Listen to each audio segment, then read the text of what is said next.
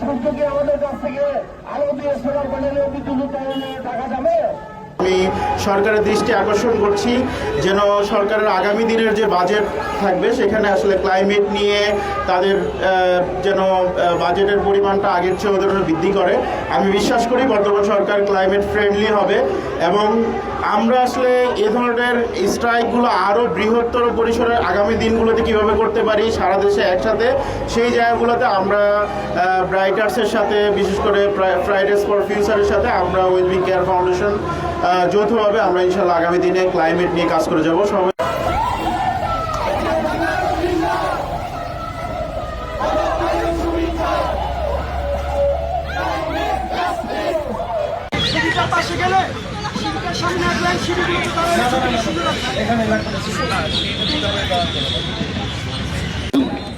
আমাদের বহু নারী বোনদেরকে বলবো আপনারা সামনে চলে আসুন।